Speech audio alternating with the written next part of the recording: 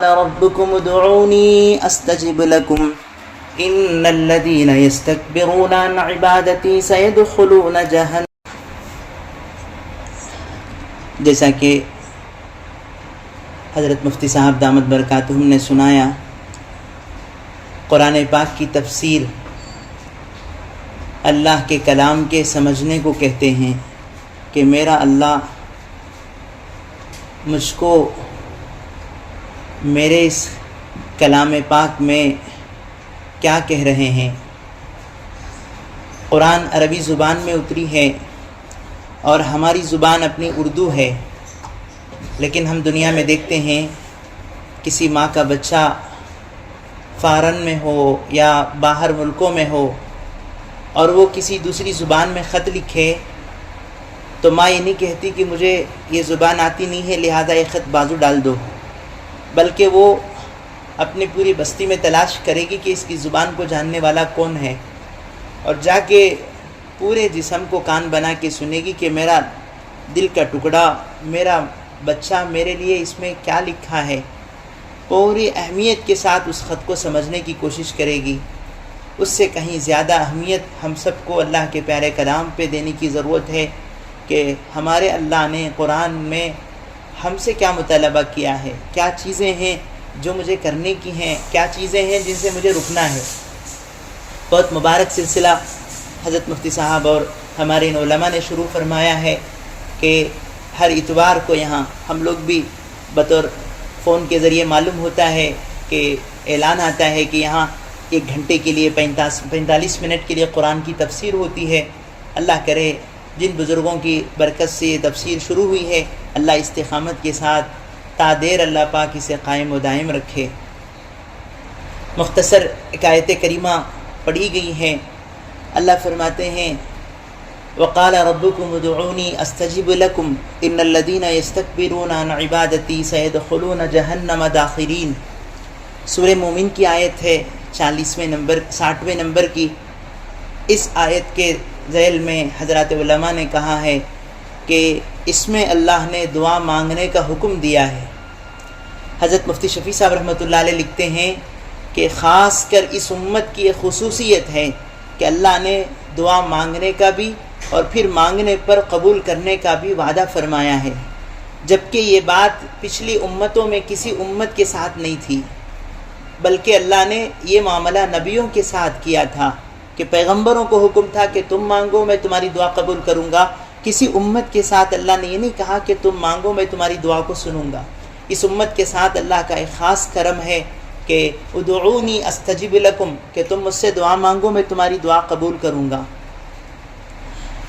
دعا کس کو کہتے ہیں؟ اللہ سے مانگنا، چھوٹا بڑے سے پورے چھوٹے پن کے ساتھ، بڑے کے بڑپن کے اظہار کے ساتھ جی بھر کے مانگے تو اس کو دعا کہتے ہیں. اب ہمارے یہاں جیسا کہ عام طور پہ ماشاءاللہ ماحول ہے، دعا مانگی جاتی ہے اور دعا کے سلسلے میں بہت ساری باتیں حضرات علماء نے لکھا ہے. ایک بات تو یہ ہے کہ دعا بہت بڑی فضیلت کی چیز ہے. حدیث پاک میں اس کو کہا گیا کہ دعا سراسر عبادت ہے، بلکہ کہا گیا کہ عبادتوں کا خلاصہ مغز اور عبادتوں کی بنیاد ہے. نماز پڑھیں، اخیر میں دعا ہے ظلمت نفسی ظلما کثیرا، یہ دعائے معصورہ ہے، اس میں اللہ سے مانگا گیا ہے اپنے گناہوں کی معافی. حج کرو، مینا عرفات و میدان میں جو قیام کرنا ہے، بقیہ سارا وقت دعاؤں میں لگاؤ. روزہ رکھو، دن بھر بھوکے رہے، افطار سے پہلے بیٹھو اپنے رب کے سامنے مانگو. افطار کے وقت کی دعا روزدار کی جلدی قبول ہوتی ہے، حدیث میں اس کا وعدہ ہے. قدم قدم پہ ہر عبادت میں ہمیں دعا کا حکم ہے. دعوت کے مبارک اعمال میں بھی ہر جگہ یاد دلایا گیا کہ دعاؤں کے ذریعے اپنے اللہ سے مدد حاصل کرو، خوب دعائیں مانگو. تو ہم دعا کے متعلق چند باتیں اس وقت میں سنیں گے ان آیات مبارکہ کی روشنی میں. سب سے پہلی بات یہ ہے کہ دعا اللہ پاک کی طرف سے ایک ایسی نعمت ہے جو سب کو نہیں ملتی. بار بار بڑے کہتے ہیں دعا جی ہاتھ اٹھتے نہیں ہیں، اٹھائے جاتے ہیں. ہاتھ اٹھنا بھی اللہ کی توفیق سے ہوتا ہے. حدیث میں ہے، ہمارے آقا صلی اللہ علیہ وسلم کے فرمان کا خلاصہ ہے، جس کو دعا کی توفیق مل گئی اسے بہت خیر مل گیا. ذرا توجہ کریں. بہت مرتبہ ایسا ہوتا ہے ہفتہ 10 دن مہینہ کبھی کبھی عرصہ گزر جاتا ہے جی بھر کے اللہ کے سامنے ہاتھ اٹھانے کی توفیق نہیں ہوتی. تو یہ بھی محرومی ہے، کسی گناہ کی ہمیں سزا ملتی ہے. اور جس کو دیکھیں بار بار ہاتھ اٹھ رہے ہیں، 2-4 منٹ میں وہ ایک مرتبہ دعا مانگ لیتے ہیں، سمجھنا چاہیے کہ اللہ اسے کچھ دینے کے لیے دعا کی توفیق دے رہے ہیں. تو دعا اللہ کے سامنے مانگنا بہت بڑی نعمت ہے، بہت بڑی اللہ کی طرف سے عنایت و مہربانی ہوتی ہے کہ اللہ کے سامنے بندہ اپنی حاجت رکھے. اب علماء نے لکھا ہے کہ دعا 3 طرح ہوتی ہے. ایک ہے خود دعا مانگنا، ایک ہے دعا کروانا، اور تیسرا ہوتا ہے دعا لینا.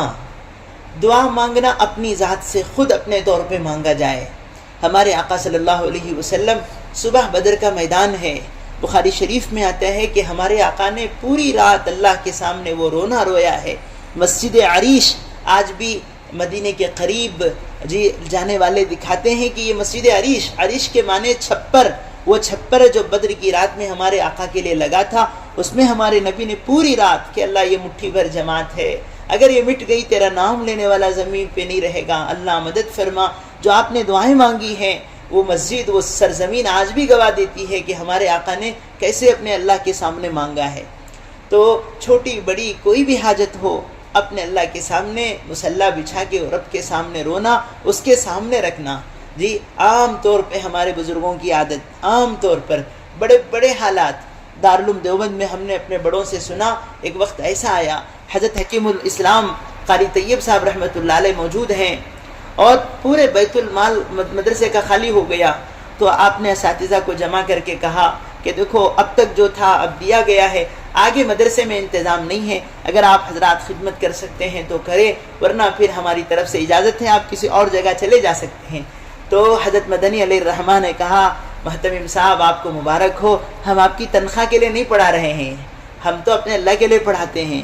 اور ایک طرف حضرت مدنی نے یہ بات کہی اور دوسری طرف یوں ہاتھ اٹھا کے اللہ کے سامنے مانگا. اکابر کا کہنا ہے کہ حضرت مدنی نے پتہ نہیں اس وقت اللہ کے سامنے کیسے مانگا، اس وقت سے آج تک کبھی دارالعلوم کا خزانہ خالی نہیں ہوا.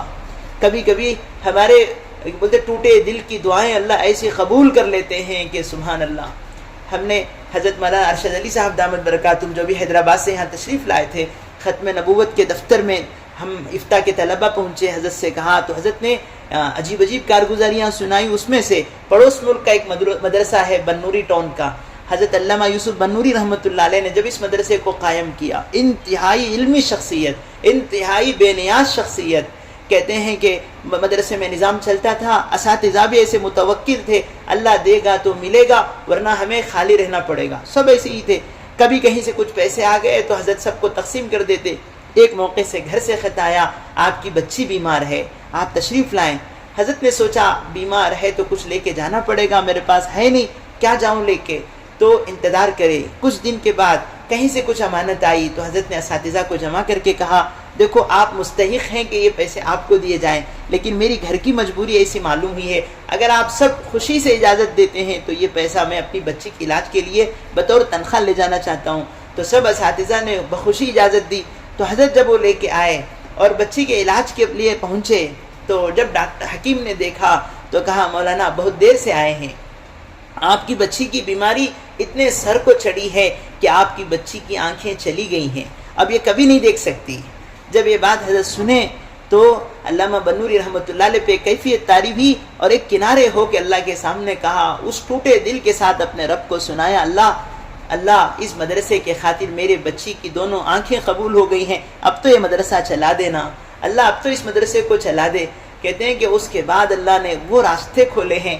آج تک بنوری ٹاؤن میں بزرگوں نے کہا کہ شوال میں بلکہ شعبان میں بورڈ لگ جاتا ہے کہ اگلے سال تک کا خرچ انتظام ہو گیا، یہاں چندہ لینے کی گنجائش نہیں ہے. کبھی کسی کی ٹوٹی دعائیں جلدی قبول ہو جاتی ہیں. ہمیں بھی گھر پہ حالات آتے ہیں، کبھی کسی کی طرف سے کوئی رنجیدہ بات آتی ہے، ایسے موقع سے چپکے سے اپنے رب کے سامنے مانگ لینا. کہتے ہیں کہ اپنی ذات سے دعا مانگنا ایک طریقہ.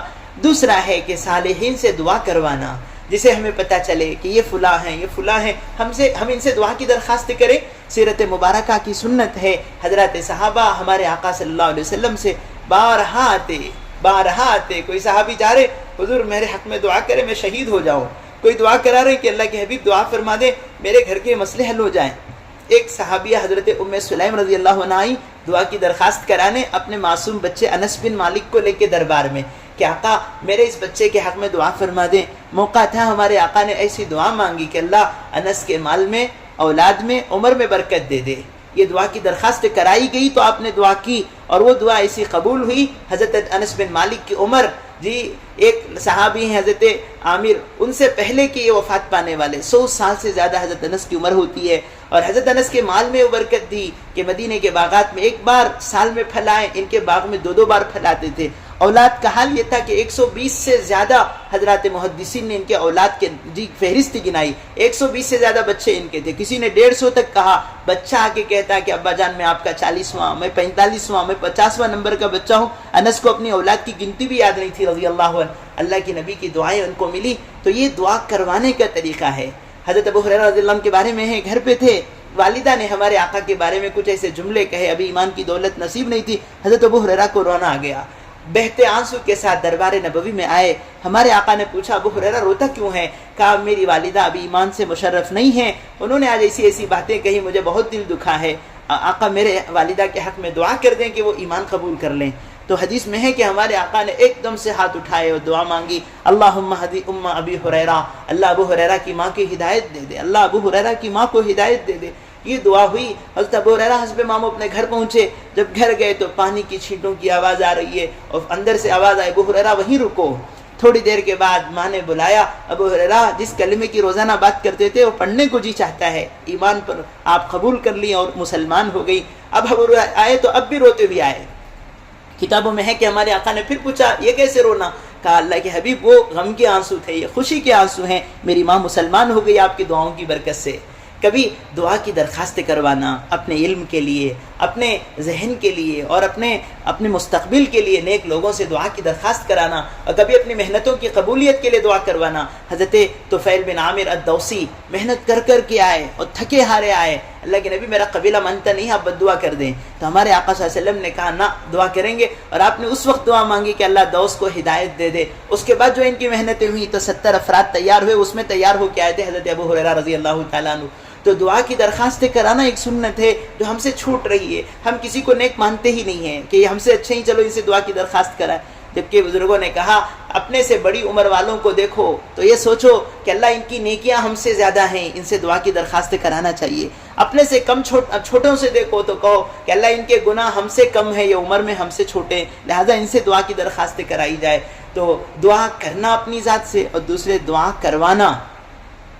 فرمایا کہ ایسے معاملات میں خاص طور پہ استادوں کی دعائیں بہت جلدی قبول ہوتی ہیں، تو اساتذہ سے دعا کروانا چاہیے۔ اساتذہ کی دعائیں شاگردوں کے حق میں جلدی قبول ہوتے ہیں۔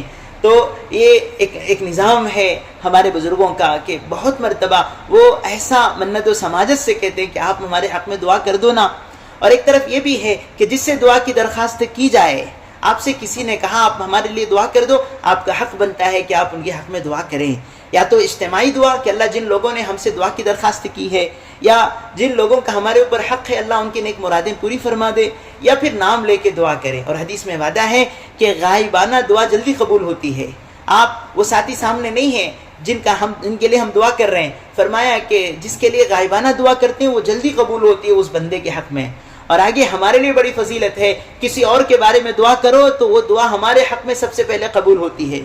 حدیث میں ہے کہ کسی کے حق میں ہم نے دعا مانگی تو فرشتے کہتے وَلَكَ مِثْلُكَ، اللہ سب سے پہلے تجھے ویسی چیز دے دے۔ ہم نے کہا اللہ فلاں پڑوسن کو اللہ حج کی توفیق دے دے، فرشتے کہیں گے اللہ سب سے پہلے تجھے حج کی توفیق دے دے۔ تو اوروں کے حق میں دعا مانگنے میں زیادہ خیر کے بعد مرتبہ بلکہ وہ دعائیں ہمارے حق میں قبول ہوتی ہیں۔ حضرت مولانا ابراہیم دولہ صاحب دامت برکاتہم اللہ ان بزرگوں کی عمر میں برکت دے، اکثر فرماتے امت کے حق میں خوب دعا مانگو، امت میں ہم بھی آتے ہیں، ہمارا بھی شمار امت میں ہوتا ہے۔ جو دو دعائیں امت کے حق میں مانگی جائیں گی اللہ سب سے پہلے ہمارے حق میں وہ دعائیں قبول کرتے ہیں۔ تو کسی اور سے دعا کی درخواست کرائی گئی تو جس سے کہا، ہم نے اپنے بڑوں کو دیکھا بعض مرتبہ نقد دعا دے دیتے، ہم نے کہا حضرت دعا فرما دے، اللہ آپ کے ساتھ عافیت کا معاملہ فرما دے، اللہ آپ کے ساتھ آسانی کا معاملہ، وہ نقد دعا دے دیتے تو بعض مرتبہ وقت ہوتا ہے دعائیں قبول ہو جاتی ہیں۔ تو دعا کرنا، اور نمبر 2 دعا کرانا۔ تیسری چیز ہے دعائیں لینا۔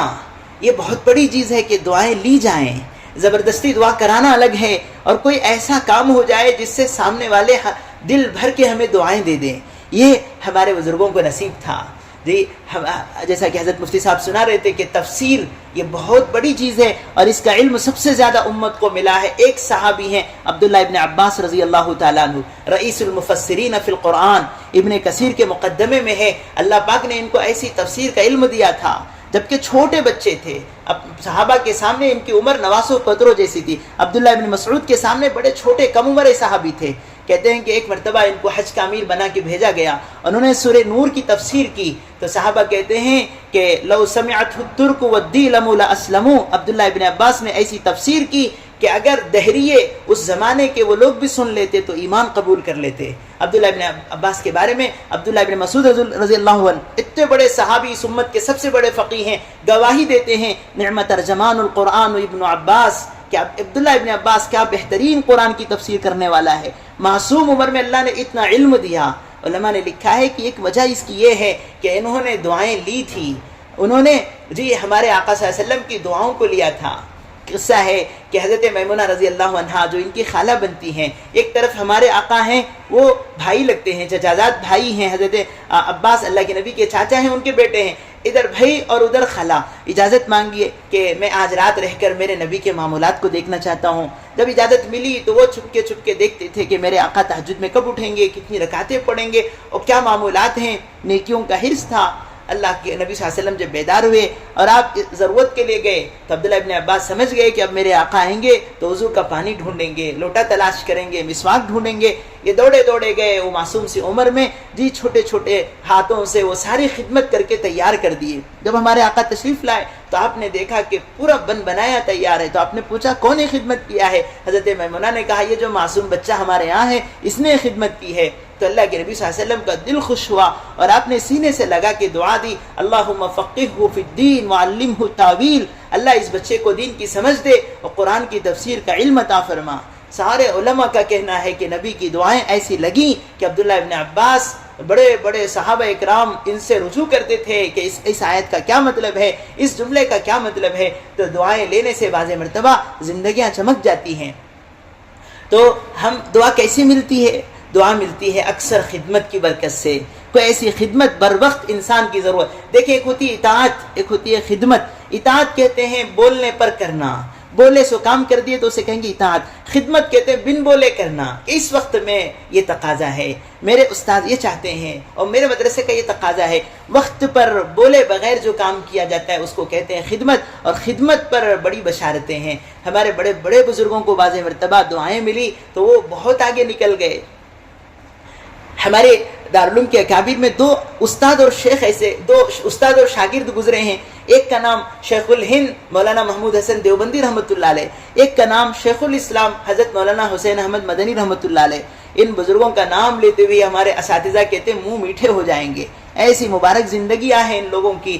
شیخ الہند استاد ہیں، شیخ الاسلام شاگرد ہے. تعجب ہے کہ استاد تو شیخ الہند ہیں اور لیکن شاگرد کو دنیا شیخ الاسلام کہتی ہے. کیا باتیں ہیں. کہا کہ جس وقت میں حرم پاک سے حضرت شیخ الہند استاد کو ہندوستان کی آزادی کے خاطر جیل میں ڈالا گیا، مالٹا میں 3 سال حضرت رہنے کے لیے گئے تو حضرت حسین احمد مدنی اجازت لے کے بغیر کسی قصور کے کہ میرے استاذ کے ساتھ میں رہوں، اس بڑھاپے میں میرا استاذ جیل میں جا رہا ہے، صرف خدمت کے نیت سے گئے اور وہ خدمت کیے ہیں. جیل میں رہتے ہوئے ہر آن سایہ بن کے اپنے استاذ کے ساتھ رہے. حتیٰ کہ یہ سوچتے تھے کہ صبح میرے استاد اٹھیں گے، تہجد میں ٹھنڈ کے موسم میں میرے استاذ کو گرم پانی تو میں نہیں دے سکتا، کم از کم یہ تو کروں. پوری رات لوٹا لے کے پانی اپنے پیٹ سے لگا کے بیٹھتے، اپنے جسم کی گرمی سے پانی کے سردپن کو کم کر کے صبح سویرے اپنے استاذ کے سامنے پیش کرتے. اللہ پتہ نہیں اس استاد نے اس موقع سے کیا دعائیں مانگی. حضرت مدنی سے اللہ نے جو کام لیا ہے عجیب و غریب کام ہے. کسی نے کہا تھانوی بہت بڑی شخصیت، فرمایا تھانوی جیسے 10 تھانوی ڈالیں تو 1 مدنی بنتے ہیں. خود اس وقت کے بزرگوں نے گواہی دی. تو دعائیں لی جاتی ہیں خدمتوں کی برکت سے. تو ہم اپنے بڑوں کی خدمت کریں، ماں کی، ساس کی اور اپنے گھر کے بوڑھوں کی، کہ وہ موقع سے دل سے دعا دے دیں کہ بیٹی تجھے اللہ نواز دے، اللہ تجھے ایسا کر دے. ایسی دعائیں جلدی قبول ہوتی ہیں. تو ایک ہے دعا کرنا، ایک ہے دعا کرانا، ایک ہے دعائیں لینا۔ اللہ کرے یہ تینوں نعمتیں اللہ ہمیں نصیب کرے، تینوں نعمتیں ہمیں ہمیشہ رہیں کہ جب بھی موقع ملے ہم دعا کی درخواست بھی کریں گے، اپنی ذات سے بھی مانگیں گے، اور جب موقع ملے دعائیں لینے کا تو اس میں کوئی جی نہیں چرائیں گے، آگے بڑھ کے دعائیں لینے کے سارے موقع ہم منتظر رہیں گے۔ ایسے ہی کچھ افراد ہیں جن کے بارے میں ہے کہ ان کی دعائیں جلدی قبول ہوتی ہیں، حدیث پاک میں ان کے تذکرے بھی ملتے ہیں۔ مثال کے طور پہ حدیث میں ہے امام عادل، انصاف کرنے والے بادشاہ، یا کہ اس وقت کا جو منصف و ذمہ دار، اس کی دعائیں قبول ہوتی ہیں۔ ایسے فرمایا کہ روزدار کی دعا قبول ہوتی ہے، ایسے فرمایا ٹوٹے دل مظلوم کی دعا قبول ہوتی ہے، بد دعا بھی قبول ہوتی ہے۔ ایسے ہی کچھ افراد حدیث میں گنائے گئے۔ ایسے فرمایا ماں باپ کی دعا بچوں کے حق میں قبول ہوتی ہے، دعا بھی قبول ہوتی ہے، بد دعا بھی قبول ہوتی ہے۔ بہت حفاظت سے ہونا چاہیے۔ بعض مرتبہ ماں کی آہیں بچے کی زندگی کو بنا بھی دیتی ہیں اور برباد بھی کر دیتی ہیں۔ وہ آہیں اگر اچھائی کی لائن سے ہوں تو بہت بن جاتی ہیں۔ کسی نے ابھی ایک جگہ سے ایک چھوٹا سا یہ بھیجا کہ حرم کے امام عبد الرحمن السدیس، جن کو اللہ نے وہ مقبولیت دی ہے، ہمارے عمل حرم میں ایک تمل ناڈو کے ساتھی بیچارے کسی سے بات نہیں کرتے، وہ صرف سدیس کا لہجہ مشق کرنے کے لیے آئے تھے، پوری رات دن محنت کرتے۔ کسی نے کہا میر صاحب اتنی کیوں محنت کرتے ہیں؟ انہوں نے کہا ایک مرتبہ میں نے خواب میں اللہ کے رسول صلی اللہ علیہ وسلم کو دیکھا اور میں نے اللہ کے نبی صلی اللہ علیہ وسلم کو سنایا میں قرآن پڑھنا چاہتا ہوں، تو حضور نے فرمایا اس خواب کا خلاصہ ہے کہ مجھے سدیس جیسا قرآن پڑھنا پسند ہے۔ اتنا مبارک لہجہ ان کا کہ پورے عالم میں اللہ نے قبول کیا عبد الرحمن السدیس کا۔ کہتے ہیں کہ بچپن میں بڑے شریر تھے اور شرارت میں بعض مرتبہ وہ بہت تنگ کرتے۔ ایک موقع سے ماں کو بہت ستایا تو ماں کی زبان سے نکلا جا بیٹا تجھے اللہ حرم کا امام بنا دے۔ جی کبھی کبھی ماں کی دعائیں ایسی قبول ہو جاتی ہیں۔ خود انہوں نے اپنا ایک قصہ کسی مجلس میں سنایا ہے۔ تو بچے اگر ناراض بھی کریں تو ماں اپنے دل سے دعا دے، کبھی ان کو کوئی ایسی زبان سے بات نہ نکالے جس سے اس کا مستقبل ضائع اور برباد ہو جائے، تو ماں باپ کی دعا قبول ہوتی ہے۔ ایسے ہی فرمایا کہ خاص طور پہ جس فن میں بھی کوئی استاد ہوں، ان استادوں کی دعائیں بچوں کے حق میں ضرور قبول ہوتی ہیں، دعائیں بھی بد دعائیں بھی۔ جنہوں نے اس میدان میں اپنے اساتذہ کا دل خوش کیا ہے، چاہے وہ کسی بھی لائن کے ہو، کمزور ہوں، کن ذہن ہو، اللہ نے ان سے بہت کام لیا ہے۔ اور جو بڑے سے بڑے ذہین تھے، پورے مدرسے میں فرسٹ آتے تھے، بہترین پڑھنے والے تھے، لیکن کبھی ایسی غلطی ہو گئی، استاذ بھی ان سے ناراض ہو گئے، معلمہ ان سے ناراض ہو گئیں، تو پھر وہ بچے کسی کام کے نہ رہے۔ اس لیے پوری نیت کریں کہ زندگی میں کبھی کسی استاذ کی بد دعا نہیں لیں گے، ان کو ناراض نہیں کریں گے۔ یہ بڑا نازک راستہ ہے، کبھی کسی گناہ کی سزا بعد میں ملے۔ ماں باپ اور استاذوں کی ناراضگی کی سزا کبھی دنیا میں مل جاتی ہے۔ اچھے اچھے علماء ہمیں ایسے ملیں گے جو اپنے زمانے کے بڑے باصلاحیت تھے، لیکن کبھی ان کو کسی استاذ کی آہ لگی، تنکوں کی طرح بہہ کے چلے گئے، ان کی صلاحیت سے امت کو کوئی نفع نہیں ہوا۔ تو اس کے لیے بڑا نازک راستہ ہے۔ ہمارے اکابر اسے بہت دیکھ سنبھل کے چلتے تھے، بہت اس کا اہتمام کرتے تھے کہ ہم اپنے اساتذہ کی دعائیں لینے والے بنیں۔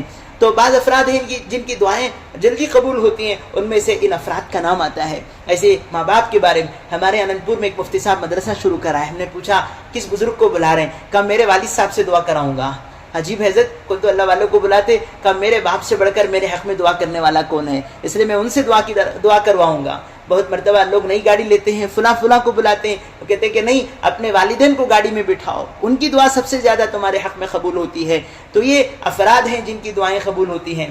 ایسے ہی علماء نے لکھا ہے کچھ خاص موقع ہیں، اوقات ہیں جس میں دعا قبول ہوتی ہے۔ اوقات دعا کے بارے میں حضرات علماء نے لکھا ہے کہ سب سے زیادہ قبولیت کی گھڑی جس میں دعا قبول ہوتی ہے، ہم نیتیں کریں کہ ان اوقات کی ہم قدر کریں گے۔ حدیث میں ہے کہ دبر کل صلوات مکتوبہ، فرض نمازوں کے بعد دعا جلدی قبول ہوتی ہے۔ جب فرض نماز ہو جائے، چپکے سے چھوٹی سی دعا، جس کے بعد کوئی سنت نہ ہو تو لمبی بھی دعا کر سکتے ہیں، جس کے بعد سنتیں ہوں تو مختصر دعا دی۔ فرض کے بعد کی دعا، فرض نماز کے بعد کی دعا جلدی قبول ہوتی ہے، جس ساعت مستجابہ سب سے زیادہ فرض نماز کے بعد ہے۔ نمبر 1۔ نمبر 2، علماء نے لکھا ہے کہ تہجد کی مبارک گھڑی، تہجد کا وقت قبولیت کا زیادہ قریب وقت ہے۔ جی جتنوں کو جو ملا ہے وہ تہجد کی دعاؤں میں ملا ہے، یہ جملہ ہم بارہا سنتے ہیں۔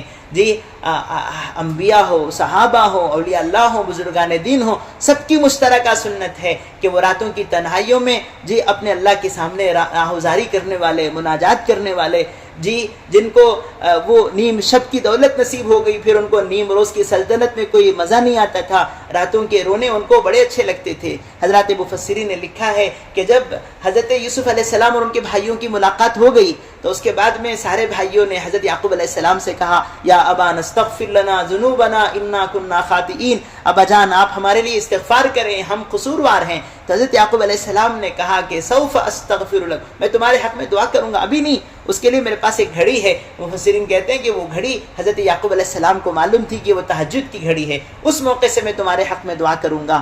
تو ہم نیتیں کریں انشاءاللہ، جب تک اللہ ہوش و حواس دے، کبھی وہ زمانہ آئے گا جی چاہے گا تو بھی ہم نہیں پڑھ سکتے، عمریں گھٹتی ہیں تو نہ وضو کا اہتمام رہ سکتا ہے، نہ وہ ٹھنڈے پانی سہ سکتے ہیں، اس گھڑی کے آنے سے پہلے جب تک ہمت ہے تہجد کا اہتمام بہت بڑی نعمت ہے۔ فَإِنَّهَا دَأْبُ الصَّالِحِينَ قَبْلَكُمْ، حدیث پاک میں آتا ہے کہ تمام صالحین کی سنت رہی ہے، تو یہ جسے مل جائے، جسے راتوں کا رونا آ گیا۔ ہمارے حضرت مفتی ریاض احمد صاحب دامت برکاتہم بڑی اہمیت کے ساتھ حضرات علماء کی مجلس میں سنائے، جسے راتوں میں اللہ کے سامنے رونا آ جائے، اللہ دن میں مخلوق کے سامنے کبھی اسے نہیں رلائیں گے۔ جسے راتوں میں اللہ کے سامنے رونا آ جائے وہ مخلوق کے سامنے کبھی رونے والا نہیں بنے گا۔ اللہ کی یہ عجیب شان ہے کہ جو اس کے سامنے ہاتھ پھیلاتا ہے کبھی اللہ کی غیرت گوارا نہیں کرتی کہ مخلوق کے سامنے اللہ اسے ہاتھ پھیلانے کی نوبت لائے۔ اس کے لیے زندگی بھر کی نیت کرے کہ انشاءاللہ اللہ جب تک ہوش و حواس باقی ہیں ہم راتوں کی آخری حصے کو اپنے لیے بہت بڑی نعمت سمجھیں گے۔ تہجد جی حضرت عائشہ فرماتی ہیں کہ ہر ایک کے لیے آسان بھی نہیں ہے، ایک بڑا کام ہے یہ، اللہ جی نیک لوگوں کو یہ توفیق دیتے ہیں۔ اس کے لیے فرمایا کہ کبھی کوئی تہجد چھوٹ جائے تو پہلے والے دن کو ٹٹولنا کہ اللہ کیا گناہ ہو گیا دن میں جس کی نحوست سے مجھے تہجد سے میں رہ گئی، مجھے تہجد نصیب نہیں ہوئی۔ ہمارے اکابر ڈرتے تھے، خاص طور پہ فرمایا جن کی آنکھوں میں اللہ کی کوئی نافرمانی ہو جائے ان آنکھوں کو کبھی راتوں میں اٹھنا نصیب نہیں ہوتا، اللہ ہماری حفاظت کرے۔ تو تہجد کا مبارک وقت دعا کی قبولیت کا بڑا اہم وقت علماء نے لکھا ہے۔ ایسے ہی ایک لمبی فہرست علماء نے گنائی ہے اوقات مستجابہ، فرمایا کہ جمعہ کا دن ہو بین العصر والمغرب، امام اعظم ابو حنیفہ کی تحقیق ہے، اور کسی نے کہا کہ امام کے نکلنے سے لے کے سلام تک جمعہ کے دن، بہرحال پورے جمعہ میں ایک وقت، اور ہمارے اکابر میں اپنے تجربے سے بتایا کہ جمعہ کے دن مغرب سے پہلے دعائیں قبول ہوتی ہیں۔ چنانچہ ہمارے مدارس میں معمول ہے، ہر مدرسے میں آپ کو طلبہ دیکھنے کو ملیں گے کہ مغرب سے پہلے پھوٹ پھوٹ کے روتے ہوتے ہیں، ان کا رونا کسی کے لیے بھی ہو، والدین کو یاد کر کے ہو، جیسا بھی ہو، لیکن ان کی آنکھوں میں آنسو ہوتے ہیں۔ تو جمعہ کے دن مغرب سے پہلے کی گھڑی یہ قبولیت کی گھڑی ہے، ایسے اوقات کی ہم قدر کرنے والے بنیں۔ ایسے علماء نے لکھا ہے کہ جب بھی کسی نیک کام کی توفیق ملے اس نیک کام کے بعد دعائیں قبول ہوتی ہیں۔ کسی نے کہا جب بارش برسے موسم ٹھنڈا ہو تو ایسے موقع سے دعائیں قبول ہوتی ہیں۔ کسی نے کہا کہ جب مرغا بانگ دے صلی اللہ الفضل، جس میں آتا ہے کہ ایسے موقع سے اللہ سے فضل مانگو، مرغا فرشتوں کو دیکھ کے بانگ دیتا ہے۔ بعض کتابوں میں اس کے تذکرے ملتے ہیں۔ تو بہرحال مقبولیت کی کچھ اوقات ہوتے ہیں، ایسے اوقات کا بھی ہمیں انتظار کرنا چاہیے۔ شب قدر ہے جی، ایسے موقع ہیں، روزدار کی دعا افطار کے وقت، ایسے اوقات کو بھی ہم غنیمت جان کے ان گھڑیوں کو دعاؤں میں استعمال کریں۔ تو کچھ لوگ ہیں جن کی دعا قبول ہوتی ہے، کچھ اوقات ہیں جن میں دعا قبول ہوتی ہے۔ ایسے ہی فرمایا کچھ مقامات ہیں، کچھ جگہیں ہیں جہاں دعا قبول ہونے کا وعدہ ہے۔ وہ جگہیں اکثر حرم پاک میں ہیں، مکہ مدینے میں ہے، ماشاءاللہ ایک ایک جگہ وہاں کی مقبول جگہ ہے۔ ہمارے آقا صلی اللہ علیہ وسلم میزاب رحمت کے پاس دعائیں مانگے ہیں۔ ملتزم میں آپ ایسے چمٹ کے روتے تھے جیسے بچہ ماں کو چمٹ کے روتا ہے۔ صفا مروہ پہ دعا قبول ہونے کے وعدے ہیں۔ زمزم پینے کے بعد دعا کی قبولیت کی گھڑی بتلائی گئی ہے۔ ایسے ہی مسجد نبوی میں علی صاحبہ الصلاۃ والسلام ایک ایک ستون، استوانہ حنانہ ہے، استوانہ ابو لبابہ ہے، ایک ایک ستون کے پاس وعدے ہیں کہ یہاں دعا قبول ہوتی ہے۔ یہ جنت البقیع ہے، یہاں مانگی جانے والی دعائیں قبول ہوتی ہیں۔ اللہ کرے ہم مانگیں کہ اللہ وہ مقدس جگہیں جہاں تیرے حبیب کے مبارک قدم پڑے ہوں، تیرے جی محبت وہی ہو، مرکز وہی ہو، اللہ ان جگہوں پہ اللہ ہم کو، ہماری اولادوں کو، رشتہ داروں کو اللہ لے جائے اور وہاں پھوٹ پھوٹ کے ہم اللہ کو اپنے دکھڑے سنائیں۔ تو یہ دعا مومن کا ہتھیار ہے۔ فرمایا لا يرد القضاء الا الدعاء، اگر دنیا میں تقدیر کو بدلنے والی کوئی چیز ہے خود اللہ کے حبیب صلی اللہ علیہ وسلم نے ہم کو وہ نسخہ بتایا ہے، دعاؤں سے تقدیریں بدلتی ہیں۔ تو برا لکھا اچھا بنے گا، اللہ پاک کبھی دعا کی توفیق سے یہ نعمتیں دے دیتے ہیں، تو کبھی دعا سے ہم پیچھے نہ ہٹے، خوب اللہ سے مانگے۔ حدیث میں وعدہ ہے مانگو تو اللہ قبول کرتے ہیں، کبھی مانگی چیز مل جاتی ہے، یہ نہ ہو تو کبھی اللہ آخرت میں اس کا بدلہ دیتے ہیں، یہ بھی نہ ہو تو کبھی کبھی اللہ پاک اس دعا کی برکت سے بڑی بڑی آفتوں کو دور کر دیتے ہیں۔ تو کبھی مسلمان ہو اور دعا سے اس کا جی بھرے، ایسا ہو ہی نہیں سکتا۔ خوب اللہ کے سامنے مانگنے کا مزاج بنایا جائے، خاص طور پہ مدرسے کا مبارک ماحول ہو یا ایک گھروں کا ماحول ہو، ہمیں وقت نکال کر اہتمام کے ساتھ، کبھی ایسی محرومی ہو گئی تو اللہ سے ڈرنا چاہیے کہ اللہ کیا ہو گیا، اتنے دن گزر گئے میرے آنکھوں میں آنسو نہیں آ رہے، یہ خشکی کیسی ہے، اللہ یہ دل میرا پتھر کیوں بن رہا ہے، فوراً توبہ کرنا چاہیے اللہ کے سامنے، جی اللہ مجھے دعاؤں کی توفیق دے، یہ باقاعدہ مانگنا چاہیے۔ حدیث میں ہے کہ بعض مرتبہ دعاؤں سے محروم کر دیے جاتے ہیں، فرمایا کہ اس میں سب سے بڑا دخل ہوتا ہے ہمارے پیٹ میں جانے والے نوالوں کا۔ اگر خدا نخواستہ کوئی کمائی ہماری گڑبڑ کی ہو گئی، بعض مرتبہ مہینے گزر جائیں گے، یا تو دعا مانگنے کی توفیق نہیں ہوتی، یا مانگیں گے تو بھی دعا میں دل نہیں لگے گا۔ اس لیے فرمایا رزق حلال ہوگا تو پھر ماشاءاللہ اس کی برکتیں دعاؤں میں خوب جی لگے گا۔ ہمارے بزرگوں میں دارالعلوم کے دیوبند کے بانیین میں سے ہیں ننھے میاں صاحب رحمۃ اللہ علیہ، جن کے بارے میں مشہور تھا کہ بڑے مقبول بندے تھے، گھاس کاٹ کے تھوڑا سا ان کا کاروبار چلتا تھا، لاتے اور بیچتے، اس میں سے آنے والے پیسے میں ایک ایک پیسہ دو پیسے جمع کر کے رکھتے، اور سال بھر وہ ٹوٹے پھوٹے پیسے جمع کر کے دارالعلوم کے پورے استادوں کی وہ دعوت کرتے تھے۔ دارالعلوم کے اساتذہ، تاریخ دارالعلوم میں لکھا ہے، منتظر رہتے تھے کہ کب وہ دعوت آئے۔ کیوں؟ اس لیے نہیں کہ بہت بڑی دعوت ہوگی، اس دعوت کے کھانے کے بعد کئی دن تک نمازوں کا نور ملتا تھا، دعاؤں کا سرور ملتا تھا، اعمال میں جی لگتا تھا، اور رزق حلال کی برکتیں کھلے آنکھیں وہ اساتذہ دیکھتے تھے۔ اس لیے ہمارے گھروں میں خدا نخواستہ ہمارے باپ اگر کسی ناجائز کمائی میں ہے، ہمارا بھائی کسی بینک وغیرہ میں پھنسا ہوا ہے، دعائیں مانگے کہ اللہ اس چیز سے میرا بھائی باہر آ جائے، میرے والد باہر آ جائیں، رزق پاکیزہ روزی ہمارے گھروں میں پہنچے۔ کیا مبارک زمانہ تھا، 3 دن گزر رہے ہیں، تیسرے دن بھی صحابیہ رخصت کر رہے ہیں اپنے شوہر کو، دیکھو معلوم ہے گھر میں 3 دن کے فاقے ہیں، بھوکے ابھی مر سکتے ہیں، لیکن کبھی حرام نوالے گھر کو نہیں لانا۔ کتنا اللہ کا ان کے دلوں میں ڈر و خوف رہا ہوگا۔ تو رزق حلال ہوگا تو دعاؤں کی بھی توفیق ملے گی، اعمال میں بھی جی لگے گا۔ علماء نے شرط رکھی ہے دعا قبول ہونے کی، فرمایا حدیث میں ہے کہ ایک بندہ سفر کرتا ہے اور مسافر کی دعائیں قبول ہونے کا وعدہ ہے، لیکن اس کا لباس حرام، کھانا پینا حرام، فَأَنَّا يُسْتَجَابُ لَهُ، کیسے اس کی دعا قبول ہوگی جس کا رواں حرام میں ڈوبا ہوا ہے۔ اس لیے ہمیں حرام چیزوں سے اپنے آپ کو بچانا چاہیے، تو پھر رزق حلال کی برکت سے دعا کی توفیق بھی ملے گی، اور پھر دعا مانگنے اللہ تعالیٰ دعا کو قبول بھی فرمائیں گے۔ ایسے فرمایا کہ دعا مانگنے کا کیا طریقہ ہے؟ ایک تو یہ ہے کہ ہم اپنی زبان میں اپنے اللہ کو مانگے، یہ تو ماشاءاللہ بہت اچھا ہے۔ اس کے علاوہ مسنون دعائیں، وہ الفاظ جو سرکاری ہیں، جو گویا خود اللہ نے ہم کو سکھائے ہیں قرآن میں، جو اللہ کے نبی نے خود سکھائے ہیں احادیث میں، ان الفاظ سے دعا مانگی جائے تو وہ دعا جلدی قبول ہوتی ہے۔ آپ گئے ہیں کسی MRO کے پاس عرضی لکھنے کے لیے، اس نے پیپر دے دیا، جا کے لکھ کے لاؤ، اللہ کا کرنا، وہ آپ جا رہے تھے، اس کے دن میں خود بات آئی، ادھر لاؤ میں خود لکھ کے دے دیتا ہوں، تو اس کے ہاتھوں کا لکھا ہوا وہ خود اس کی درخواست ہو تو وہ ہر حال میں قبول ہو جائے گی۔ تو یہ جو سرکاری دعائیں ہیں خود اللہ نے، اللہ کے نبی نے سکھائی ہیں، ان دعاؤں کے ذریعے سے کوئی دعا مانگی جائے، بھرپور امید ہے کہ جلدی قبول ہو جائے۔ انس بن مالک رضی اللہ عنہ کہتے ہیں ہمارے نبی کو سب سے زیادہ میں نے ایک دعا مانگتے دیکھا ہے، ہم سب کو دعا یاد ہے، اللہ کرے ہم معمول بنائیں، ربنا آتنا فی الدنیا حسنہ وفی الآخرۃ حسنۃ وقنا عذاب النار۔ ہمارے آقا کی زبان پہ اکثر یہ دعا آتی تھی کہ اس میں ساری بھلائی دنیا اور آخرت کی مانگی گئی ہے۔ اس طرح مسنون دعاؤں کو اہتمام سے یاد کر کے ان دعاؤں سے مانگنا۔ ہمارے یہاں جو الحزب العظم ہے یا مناجات مقبول ہے، ہمارے بزرگوں کو اللہ جزائے خیر دے، ہمارے آقا کی زبان سے نکلے ہوئے مبارک کلمات کو وہ کتابوں میں جمع کر دیے، ہفتے کا اس کا نظام ہے۔ ان دعاؤں کی بڑی برکتیں ہوتی ہیں، ان الفاظ کی بڑی برکت ہوتی ہے، اور مانگنے کے لیے کہا گیا کہ عافیت اللہ سے مانگے، عافیت مانگے۔ حدیث میں ہے کہ یہ بڑا بہت بھاری لفظ ہے، اس میں ساری بھلائی آ جاتی ہے، عافیت سے بڑھ کر کوئی خیر دنیا میں نہیں ہے، تو اللہ سے عافیت مانگنے کا حکم ہے۔ اور ایسے ہی کہا گیا کہ اللہ سے دعا مانگو تو اپنی پوری حالت رکھ کے مانگو۔ ایک صحابی کو آپ نے دیکھا بہت بیمار ہیں، ایسے جیسے مرغی کا بچہ ابھی انڈے سے نکلا ہو، ایسی ان کی جسم کی حالت ہے۔ آپ نے پوچھا یہ کیا ہو گیا تمہارا؟ تو انہوں نے کہا حضور یہ میرا اپنا عمل ہے، میں نے خود کر لیا۔ کیا کیا تم نے؟ کہا میں نے اللہ سے دعا مانگی اللہ آخرت میں جو کچھ سزا دینا ہے دنیا میں دے دے، میں نے خود دعا مانگی۔ تو اللہ کے نبی نے ان کو منع کیا، ایسا کیوں مانگا؟ اللہ سے عافیت مانگتے، تو اللہ سے صبر بھی نہیں مانگنا چاہیے کہ مصیبت آئے پھر صبر آئے، تو ہمیں اللہ سے عافیت مانگنا چاہیے۔ اللہ ہم سب کو عمل کی توفیق عطا فرمائے۔